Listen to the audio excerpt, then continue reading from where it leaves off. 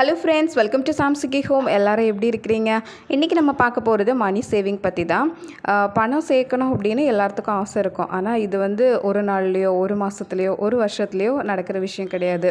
சிறு துளி பெருவெள்ளம் அப்படிங்கிற மாதிரி சின்ன சின்னதாக நம்ம கொஞ்சம் கொஞ்சமாக சேர்த்து வைக்கிறது வருடங்கள் ஆகும்போது ஒரு பெரிய தொகையாக வந்துடும். நம்மக்கிட்டேயும் ஒரு பெரிய சேவிங்ஸ் இருக்கும் அப்படின்னு வைங்களேன்.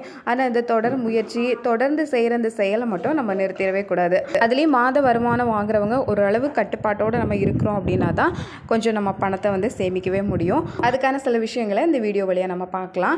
ஃபஸ்ட்டு வெளியில் அதிகமாக நம்ம சாப்பிட்றது. எப்போது நம்ம வீட்டில் தான் சமையல் பண்ணி சாப்பிட்றோம். அந்த நேரத்தில் ஏதாவது ஒரு சேஞ்சுக்காக நம்ம வெளியே சாப்பிடணும் அப்படின்னு ஆசைப்படுவோம். இது தப்பு கிடையாது. மாதத்தில் ஒரு தடவை அந்த மாதிரி, இல்லை சில பேர் மாதத்தில் 2 தடவை வச்சுருப்பாங்க. அது ஒரு வித்தியாசத்துக்காக நம்ம கண்டிப்பாக ட்ரை பண்ணணும். கண்டிப்பாக ஹோட்டலுக்கு போய் சாப்பிடலாம். ஆனால் அடிக்கடி நம்ம ஹோட்டலுக்கு போயிட்டே இருந்தோம் அப்படின்னா வீட்டில் சமைக்கிற செலவை விட ஹோட்டலுக்கு கொடுக்கும்போது அதிகமாக தான் போகும். இப்போது நீங்கள் மாவு அரைக்கலை அப்படின்னா கூட, இப்போ கடையிலே பாக்கெட் மாவு வாங்கினா கூட 20 ரூபா 30 ரூபா அதில் வாங்கி ஒரு 5 பேர் தாராளமாக சாப்பிட்றலாம். ஆனால் அதே நேரத்தில் 5 பேருக்கு நம்ம கடையில் வாங்கினோம் அப்படின்னா அதுவே ஒரு 300 ரூபா வரைக்கும் வந்துடும். இது பார்க்குறதுக்கு சின்னதாக தெரியலாம். ஆனால் இந்த மாதிரி நம்ம சின்ன சின்ன விஷயங்கள் ஃபாலோ பண்ணும்போது நம்மளோட பணம் விரயமாகாமல் இருக்கிறத நம்மளால் தடுக்க முடியும். ரெண்டாவது, தினசரி செலவுக்குன்னு நம்ம கையில் கொஞ்சம் பணம் வச்சுருப்போம். பால் வாங்குறதுக்காக, நமக்கு ஏதாவது அவசரமாக தேவைப்படுது அப்படின்னா அந்த பொருள் வாங்குறதுக்காக, இந்த மாதிரி. ஆனால் அதில் கூட ஒரு நாளைக்கு இவ்வளோ பணம் தான் நம்ம வீட்டுக்கு செலவழிக்கணும் அப்படின்னு நம்ம ஒரு கணக்கு வச்சுக்கணும். அதுக்கு மேலே செலவழிக்காமல் பார்த்துக்கணும். அதுலேயும் டெய்லி கடைக்கு போகிற பழக்கம் இருந்தது அப்படின்னா அதை கண்டிப்பாக விட்டுருங்க. ஏன்னா நம்ம கடைக்கு அப்படின்னு உள்ளே நுழைஞ்சிட்டோம் அப்படின்னா நமக்கு தேவை உள்ளது வாங்குவோம். அது கூடவே அங்கே நிறைய இருக்கும் பொருட்கள். அதனால் நம்ம இன்னும் கொஞ்சம் 2 பொருட்கள் இதையே ட்ரை பண்ணி பார்க்கலாம், இது நம்ம வீட்டில் செஞ்சு பார்க்கலாம் அப்படின்னு எதையாவது எக்ஸ்ட்ராவாக வாங்கிட்டு வருவோம். இப்போ வீட்டில் மாவு தான் இருக்கும், இருந்தாலுமே நம்ம கடைக்கு போகும்போது அங்கே யாராவது நூடுல்ஸ் வாங்கினாங்க அப்படின்னா நமக்கு அதை பார்க்கும்போது சரி இன்னைக்கு நூடுல்ஸ் சாப்பிடலாம் அப்படின்னு சொல்லிட்டு அதில் 2 பாக்கெட்டை வாங்கிட்டு வந்துடுவோம். இந்த மாதிரி டெய்லி கடைக்கு போகிறது நம்ம கையிலேருந்து 200 ரூபாய் 250 ரூபா அந்த மாதிரி டெய்லியுமே கடைக்கு கொடுக்குற மாதிரி இருக்கும். அதனால் முடிஞ்ச வரைக்கும் டெய்லி கடைக்கு போகிறத நிறுத்திடுங்க. மூணாவதாக, நம்ம சமையலுக்கு யூஸ் பண்ணுற மளிகை ஜாமான். இதை ஒரு மாதத்துக்கு தேவையானது மொத்தமாக வாங்கி வைக்கிறது நல்லது தான். அரிசி, பருப்பு, எண்ணெய், சர்க்கரை இந்த மாதிரி தானே. இதெல்லாம் 2 மாதம் வரைக்கும் தாராளமாக இருக்கும். பல்காக வாங்குறதுல கொஞ்சம் லாபம் உண்டு தான். மொத்த கடைகள் இருந்தது அப்படின்னா அந்த மாதிரி நம்ம சேர்த்து வாங்கிக்கலாம்.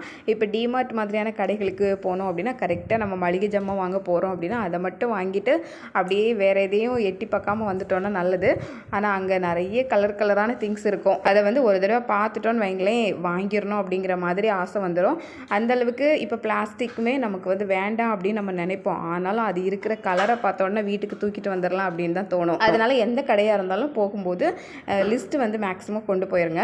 ட்ரெஸ் எடுக்கிறதுக்கு போகிறதா இருந்தாலும் சரி, எந்த திங்ஸ் வாங்குறதா இருந்தாலும் அதுக்கு ஒரு லிஸ்ட்டு ரெடி பண்ணிக்கோங்க. இது மட்டும் தான் நம்ம வாங்க போகிறோம் அப்படின்னு. அதனால லிஸ்ட்டை ஃபாலோ பண்ணி அதை டிக் பண்ணிவிட்டு அதை வாங்கிட்டு வரதுக்கே நமக்கு நேரம் கரெக்டாக இருக்கணும். இந்த லிஸ்ட்டு போடுறதுல இதுதான் நமக்கு ஒரு பெனிஃபிட். நம்ம வேறு எதுவும் வாங்காமல் இருக்கிறத இது தடுக்கும். அடுத்தது, வீட்லேயும் நம்ம கரண்ட் பில் மிச்சம் பண்ணணும் அப்படின்னா லைட்டெல்லாம் தேவையில்லை அப்படின்னா ஆஃப் பண்ணிக்கோங்க. லைட் ஆஃப் பண்ணுறது, ஃபேன் ஆஃப் பண்ணுறது, யூஸ் பண்ணாத நேரங்களில் எதுவுமே நம்ம ஆனில் வச்சுருக்கக்கூடாது, எல்லாத்தையும் ஆஃப் பண்ணிடுங்க. ஏசியுமே அப்படி தான். நம்ம கூலிங் கம்மி பண்ணி வச்சுருந்தோம் அப்படின்னா அந்த அளவுக்கு நமக்கு கரண்ட் பில் வராது. ஆனால் போன வேகத்தில் நம்ம டக்குன்னு உடனே கூலிங் வரணும் அப்படிங்கிறதுக்காக ஹையில் வச்சோம் அப்படின்னா கரண்ட் பில்லும் அதுக்கேற்ற மாதிரி அதிகமாகும். அடுத்ததான், முடிஞ்ச வரைக்கும் பப்ளிக் டிரான்ஸ்போர்ட் நம்ம யூஸ் பண்ணுறது.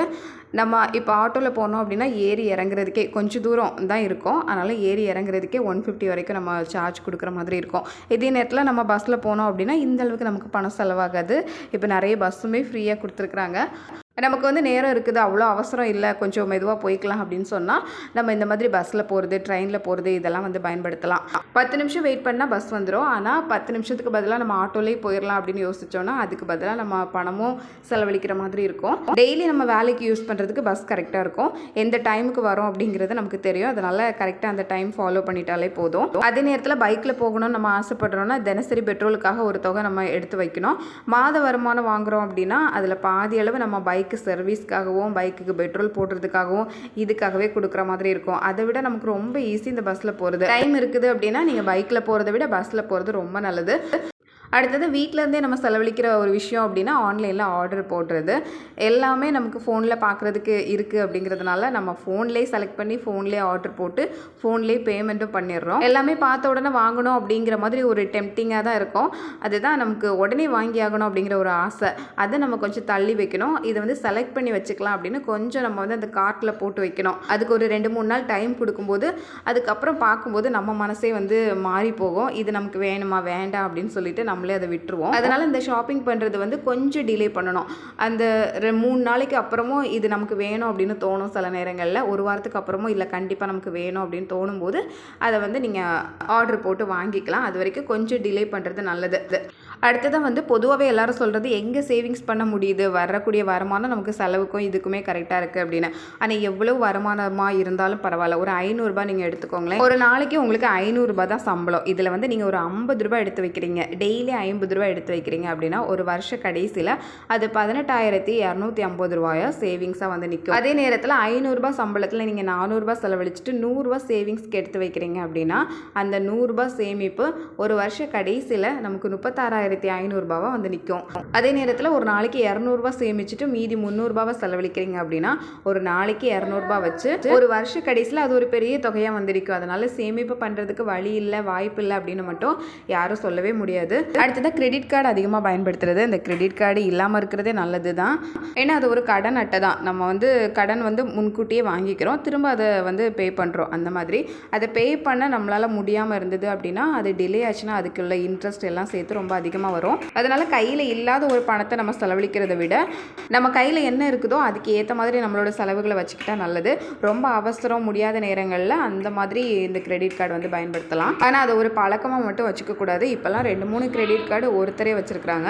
அடுத்தது டெய்லியுமே நைட்டு தூங்க போகிறதுக்கு முன்னாடி 5 நிமிஷம் செலவு பண்ணி நம்ம இன்றைக்கி எவ்வளோ செலவு பண்ணியிருக்கிறோம், எவ்வளோ நம்மக்கிட்ட கையில் இருக்குது அப்படிங்கிறத செக் பண்ணிக்கிறது நல்லது. இதை சில பேர் வந்து டெய்லி பண்ண முடியல அப்படின்னா மந்த்லி ஒன்ஸ் பண்ணுவாங்க. அப்படி பண்ணால் கூட ஓகே தான். அது நம்ம எழுதும் போதே நமக்கு தெரிஞ்சிடும் நம்ம வந்து எங்கேயாவது வீணாக செலவு பண்ணிட்டு இருக்கிறோமா அப்படிங்கிறதெல்லாம். நிறைய பேர் இதை தெரிஞ்சுக்கிறதுக்கு விரும்புறதில்லை. ஏன்னா அந்த மாதிரி நம்ம பார்க்கும்போது நம்ம ஏதாவது வீணாக செலவு பண்ணியிருக்கிறோம் அப்படின்னா அதெல்லாம் நமக்கு தெரிய வந்துடும். அப்போ நமக்கே கொஞ்சம் ஒரு குற்ற உணர்ச்சி மாதிரி இருக்கும், நம்ம வீணாக செலவு பண்ணிட்டோமே அப்படிங்கிறது. அதனால நிறைய பேர் வந்து இந்த வரவு செலவு கணக்கு பார்க்குற வேலையை வச்சுருக்க மாட்டாங்க. ஆனால் எல்லாமே ஒரு அனுபவம் தான், எல்லாமே ஒரு பாடம் தான். நம்ம இந்த மாதிரி 2-3 தடவை தேவையில்லாமல் செலவு பண்ணோம் அப்படின்னா கூட திரும்ப நமக்கு தெரிய வந்துடும், ஓ நம்ம இது வந்து இந்த மாதிரி பண்ணியிருக்கிறோம் அப்படிங்கிறது. அதனால் அதை பற்றியெல்லாம் யோசிக்காதீங்க. எப்படியுமே அது ஒரு வீணாக செலவு பண்ணியிருந்தா கூட அதுக்கும் ஒரு கணக்கு வச்சுக்கோங்க.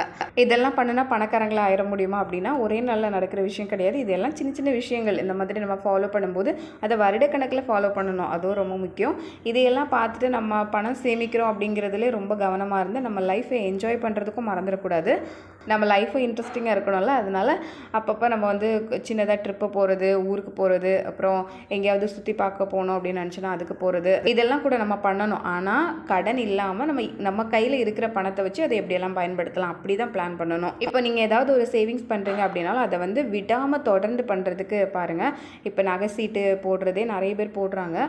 மாதந்தோறும் நம்ம கையில் என்ன இருக்குதோ அதுக்கேற்ற மாதிரி பணம் கட்டி அதை வந்து நம்ம நகையாக வாங்கிக்கிறது. இதை வந்து 5 வருஷம் 10 வருஷம் 15 வருஷம் இந்த மாதிரி தொடர்ந்து பண்ணும்போது கடைசியில் நம்மக்கிட்ட வந்து நிறைய நகை சேர்ந்துருக்கும். இப்போ இருக்கிற விலையில் வாங்க முடியாது அப்படின்னு மட்டும் நினச்சிடாதீங்க. என்ன இருக்குதோ அதுக்கேற்ற மாதிரி மாதம் ஒரு 2000 ரூபாய் கட்டுறது, மாதம் 1000 ரூபாய் கட்டுறது, அதுக்கும் கண்டிப்பாக நமக்கு வருஷ கடைசியில் ஒரு நகை வந்து கிடைக்கும். அதனால் எதையுமே வந்து முடியாது அப்படின்னு இல்லை. ஒரேடியாக நம்ம 5 லட்ச ரூபாய் சேர்க்கணும் அப்படின்னு இல்லை. அட்லீஸ்ட் நம்மளால் ஒரு 50,000 ரூபாவது சேர்க்க முடியும். அதே நேரத்தில் சேலரி அதிகமாகும்போது அதுக்கேற்ற மாதிரி நம்மளோட வீட்டையும் அப்கிரேட் பண்ணணும். வீடும் வந்து அதுக்கேற்ற மாதிரி நம்ம எல்லாத்தையும் மாற்றணும், வீட்டில் இருக்கிற பொருட்கள் எல்லாம் மாற்றணும் அப்படின்னு நினைப்போம். அதை வந்து கொஞ்சம் தள்ளி போடுறது நல்லது. ஏன்னா சேலரி அதிகமாகும் போது நம்மளோட சேவிங்ஸை வந்து அதிகமாக்குறதுக்கு பார்க்கணும். வீட்டுக்கு தேவையான பொருட்கள் வாங்கணும். அதே நேரத்தில் அதனால நம்மளோட சேமிப்பு எந்த விதத்துலையும் தடைப்படாமல் பார்க்கணும். ஒரு பக்கம் நம்ம பொருள் வீட்டுக்கு தேவையானது வாங்குறோம் அப்படின்னா இன்னொரு பக்கம் நம்ம சேவிங்ஸும் பண்ணணும். அப்படி பண்ணும்போது நமக்கு ரெண்டுமே நல்லாயிருக்கும். இதெல்லாம் சின்ன சின்ன விஷயங்கள் தான். இதே மாதிரி நீங்கள் பணம் சேமிக்கிறதுக்கு என்னெல்லாம் ஃபாலோ பண்ணுறீங்க அப்படிங்கிறதே கீழே கமெண்ட் செக்ஷனில் சொல்லுங்கள். நிறைய பேருக்கு ரொம்பவே உதவியாக இருக்கும். வீடியோ பிடிச்சிருந்ததுன்னா லைக் பண்ணுங்கள். நீங்கள் ஃபஸ்ட் டைம் நம்ம சேனலை பார்க்குறீங்கன்னா மறக்காமல் சப்ஸ்கிரைப் பண்ணிக்கோங்க. அடுத்ததான் இன்னொரு வீடியோவில் பார்க்கலாம்.